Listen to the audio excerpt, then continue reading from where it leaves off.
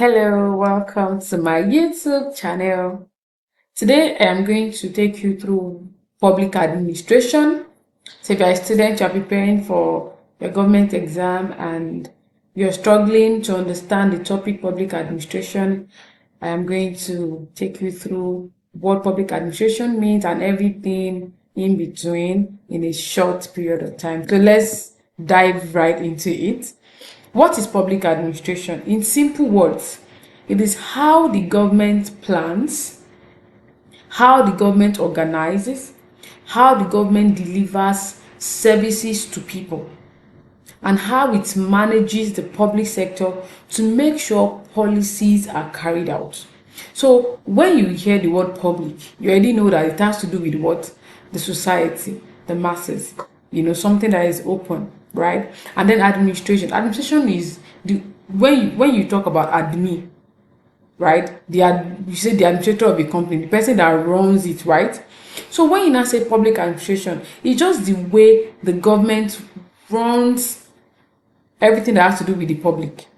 You get? So it means how they plan. So when you're running something, you plan it, right? You're organizing, then you deliver something, right? So it is to who? To people, the public. So it is how the government plans, organizes, and delivers services to people, and how it manages the public sector to make sure policies are carried out. Now, who is involved in public administration? Ministers, right? We have political leaders appointed by the president or governor.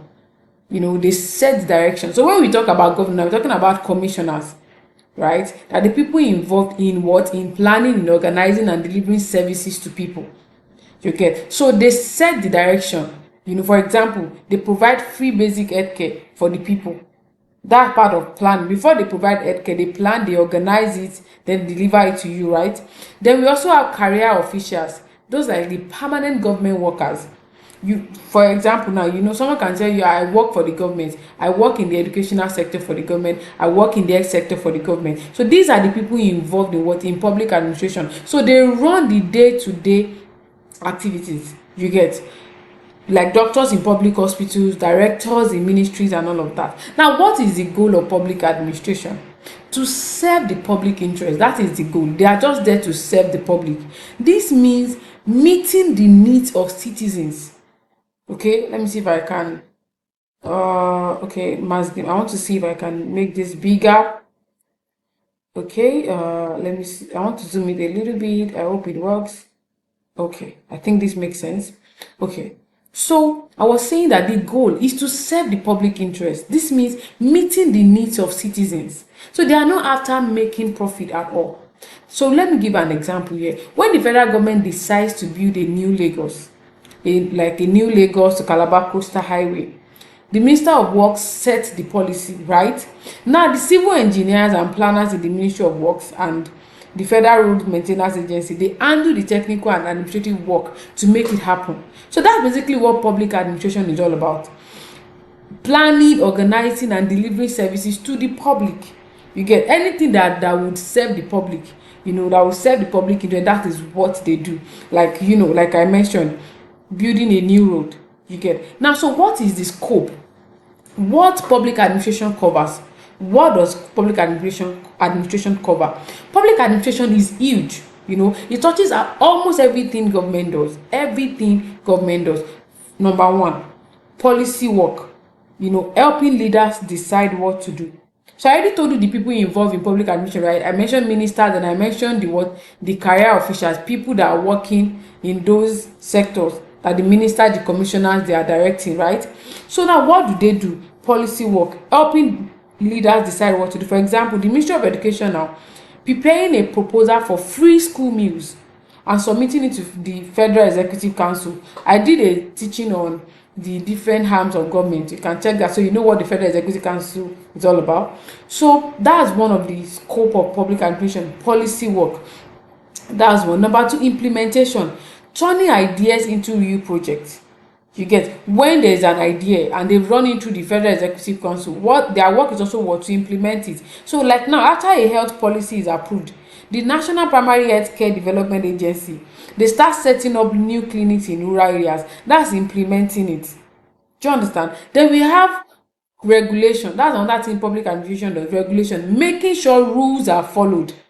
Example, the Standards Organization of Nigeria now checking that imported cement meets quality standards. So that's example of regulation. They ensure that rules are being followed. I hope you're getting it now. So when you're talking about public administration, their scope, what they cover: policy work, implementation, regulation. Then there's a part called budgeting, planning and controlling government spending. That's another thing that public administration cover. So for example, the Ministry of Finance preparing Nigeria's annual budget and allocating funds to ministries. So before the president, approves annual budget, the Ministry of Finance will prepare it. This is what should be allocated to this ministry. This is what should be. So that's part of the things that they do.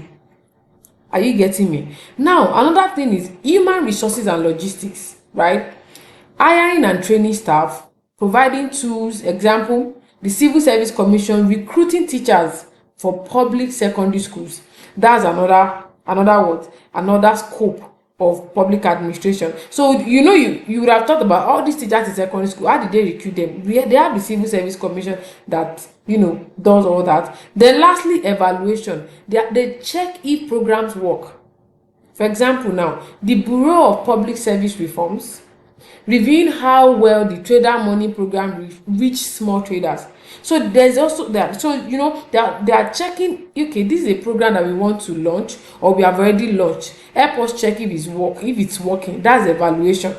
So the scope of public administration is huge, right? Take your time to go through it, and expatiate on it. Now let's look at the core principles. So a classic framework for remembering the main functions of public administration is, so this is like an acronym that you can use: POSDCORB. Okay, so you want to know the functions of public administration. Let's say they ask you now, tell us about the functions of public administration. If you can just master this acronym, you'll be able to explain. So the first one is planning, deciding what needs to be done. That's one function of public administration. They plan to, for example, expand power supply to rural communities. The reason I'm giving this example is that when you are asking your exam, when you give example, it shows that you understand what you are talking about. Okay, so now one function of public administration is that planning. They decide what needs to be done in this ministry. Now what needs to be done, they decide it.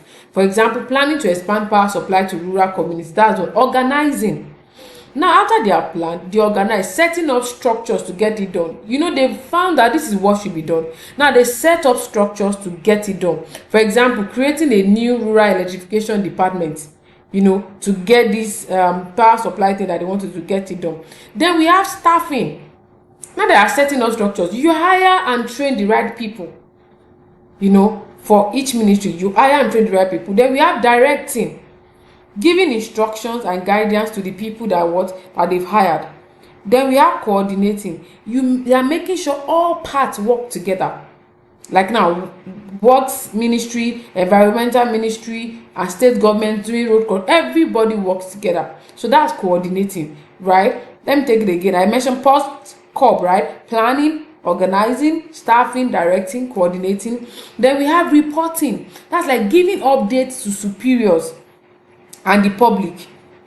Functions of public administration. Then we have budgeting. They manage money for the project. They manage money for the project. So let's look at the key features of public administration. I hope you understand. Please, if you have questions, do well to drop your question in the comment section. I'm going to answer all your questions. So let's look at the key features of public administration. Right now, public interest over profit. Public interest over profit. The goal is to serve citizens. That's one of the key features of public administration. They put public interest over profit. Their goal is to serve citizens. Like now, building a road in a rural area, even if it's not profitable, but because it benefits the community, they have to do it. So that's the goal. The goal is to serve citizens. So public interest over profit. Another feature of public administration is that the rule of law. Actions must follow legal procedures. So whatever action, when they say features, it means that something that is peculiar to public administration. You get like when they say features of a woman, you talk about hand, talk about eyes. Of human, not woman, human. You You talk about we have highs, we have lows, right? So when you're talking about features of public administration, they put public interest over profit. Then we have the rule of law. They make sure that actions follow legal procedures.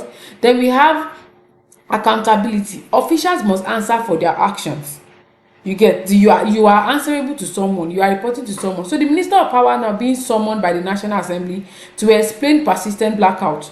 So you understand what I mean? And that's accountability. Then we have bureaucracy. There is clear hierarchy and written records. You get, there's clear hierarchy. You know who is at the top, you know who is next, and then there's proper written records. So for example, now to get a driver's license, you must go through specific steps at the FRSC, and all transactions are documented. If you are paying for your driver's license, everything is documented. You are paying online and all of that. So there's hierarchy and written records. Then another feature is political direction. Ministers lead and the officials will execute. So everyone knows what the role they are meant to play. For example, the Minister of Agriculture announcing a fertilizer subsidy and ministry staff arranging distribution. So there is a direction, there is how the instruction comes from top and they make sure that everything gets done. Okay, if this is so much to consume, make sure you pause the video, read through again, jot things down, and make sure you digest it. And if you have questions, make sure you ask. Okay, so very quickly, difference between the public and private administration. Okay, so we have public administration. The goal of public administration is to what? To render service to the public. Private administration, their goal is profit. They want to make money. Okay, now public administration, they are accountable to citizens and parliament. That's why people can call them out that this road in this town is bad, they've not fixed it. You get, so they are accountable to citizens. But private administration, they are accountable to owners, to shareholders. You get, shareholders like people that owns the company. It could be investors, the users and all of that. Then when we talk about public administration again, they operate with many rules and transparency. But private administration, they operate with more speed and flexibility. Okay, so when they talk about many rules and transparency, in public administration, everything you are doing must be open. They must be report to show that this is what you are doing. You can't just decide anything. But flexibility is in private administration because it's owned by someone. I can decide that today I don't want to hire anyone from age of 0 to 10, and tomorrow I say okay, I want to hire. But in public administration, there are rules. You cannot hire staff from so year to so year. It can't change unless the president wants to change it. Do you get? For example, if NIPOST runs a postal service now, NIPOST, where people use it to send their letters and all of that, it must obey government procurement laws. But DHL is a private courier service. They can set their own procedures as long as it follows basic business regulations. So what are the structures in public administration? We have ministries, ministry department. Example, Federal Ministry of Health, led by the minister, who is the political head, and permanent secretary, who is the administrative head. Then I'm talking about structures in public administration. Right? Then we have agencies, parastatals, public corporations. So for example, now Nigerian National Petroleum Company, that's NNPC for oil and gas. Then we have WAEC for SSE exams. So when we're talking about structure, we have the ministries, we have agencies, public corporation, then we have local government areas. For example, Ikeja local government handling waste disposal, street lighting, and primary school maintenance. All right, then let's look at public corporations, state-owned enterprises. Why Nigeria creates state-owned enterprises? Now they do that because they want to provide essential services to people. For example, electricity through Transmission Company of Nigeria. Then control strategic sectors. Oil. For example, we have the NNPC, which is owned by states, right, to control strategic sectors like the energy sector. Then we have to fill gaps the private sector avoids. For example, private sector might not want to build railway station for you. You get. Public corporations will do that. You get. Now, what are the pros of public corporations? Services reach more people, and then national control over resources. They are able to control resources, and then they can invest in projects the private sector avoids. Then what are the cons, the demerits? Political interference in management. That's one of the things. President can say, I need this money, they should send it, you know, that kind of thing. So there's political interference, then inefficiency due to bureaucracy. And then we also have corruption of owned enterprises like NNPC, the what's it called now, Transmission Company of Nigeria, and all of that. And I talked about why public corporations are being created. They are created to be able to fill the gap that the private sector could not fill or won't be able to fill. And I mentioned the pros and the cons. I mentioned political interference in management as part of the cons, and then inefficiency due to bureaucracy. Remember when I talk about bureaucracy, that there is there's hierarchy, you know. So sometimes, you know, it might lead to inefficiency. You know, when you have to like answer to somebody and the person is not there to probably approve things and all of that.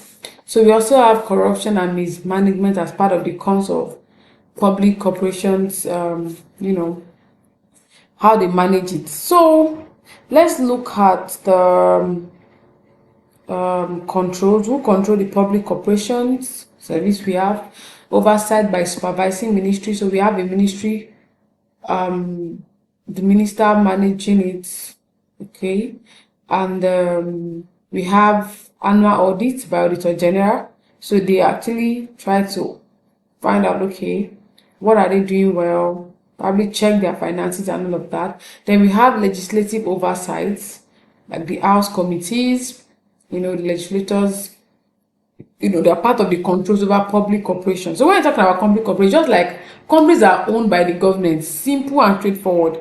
They are not companies that are owned by individuals. Do you get? So talking about the controls, Public Complaints Commission to address grievances, like people have complaints and all of that. We have the Public Complaints Commission to address them. So let's look about the problems of public administration in Nigeria. Problems of public administration in Nigeria. One, red tape. Red tape. What does red tape mean? Slow and complicated procedures. Now you want to sign something, they are telling you that you have to wait for so person to come and sign. Some things that you could do online, but because they're not taking it online, you have to, maybe sometimes you have to even travel to go and get things done, because probably the office is not yet in your own area. So you get, so slow and complicated procedure, that's exactly what red tape means. So example is a government project delayed for months due to multiple approval stages. You get, so that's one of the problems of public administration in Nigeria. And I think this might be everywhere, but I just use Nigeria as a case study. Then we also have corruption, another problem, misuse of funds or bribery in public administration. We also have inflated, for example, we have inflated contract for road repairs. This road is 2 million naira, you're saying it's 5 billion naira, you know, that kind of thing. So we have corruption, you know, as part of the problems of public administration. We have political interference. You know, leaders appoint unqualified allies because this person is a relative or this person has helped him before, and they just, you know, appoint them. For example, appointing a political loyalist with no technical background to head a technical agency. You get. Then we have underfunding. Underfund, that's another problem. Ministries receive less than they need. You know, ministries receive less than they need. Insufficient funds for maintaining rural health clinic, that's an example. You know, they underfund the sector that needs money. And then we have low skills and morale, poor training. Sometimes you go to the schools and you're wondering how did this person become a teacher in this school. So you realize that some of these people in the public sector, they need training. And then low salaries, which reduce staff motivation. That's another problem the public administration sector is facing. And then nepotism, when you are hiring based on family ties, not on merit, that's another problem. And we have poor monitoring and evaluation. You know, projects completed without checking if they meet their purpose. That's another one. You know, when projects are being completed without checking if this project is solid, like doing a bridge now. and you didn't even check if it's solid and all of that. So that's another problem, poor monitoring and evaluation. So let's look at reforms, fixes. How can they do better? What can they do better? What are the things that they can fix, right? Merit recruitment. They should hire through competitive exams. You get, e.g. Civil Service Commission tests, So reforms, fixes, merit recruitment, hiring through competitive exams, then training. There should be regular professional development, like ASCON courses, regular professional development like ASCON courses. Then e-government, moving services online to reduce corruption, like online passport application. You get procurement reform, like strict adherence to Public Procurement Act. That's part of the fixes. Then performance contracts. Agencies sign targets and are evaluated. They evaluate agencies, how they have done what they are meant to do. And then oversight body, strengthening the Auditor General's Office, Public Account Committee, and Servicom for service standards. All these oversight bodies should strengthen their office. There should not be any bias in doing what they are meant to do. There should be transparency. Then digital payments, reducing cash handling to prevent theft. That's another way to fix, or reform the public administration sector. So that will be all in this video. If you have any question, do well to send in your question, and I'll see you in my next video when I'll be talking about civil service. Bye. Please subscribe if you have not subscribed to my channel, and share this video with your friends. Thank you.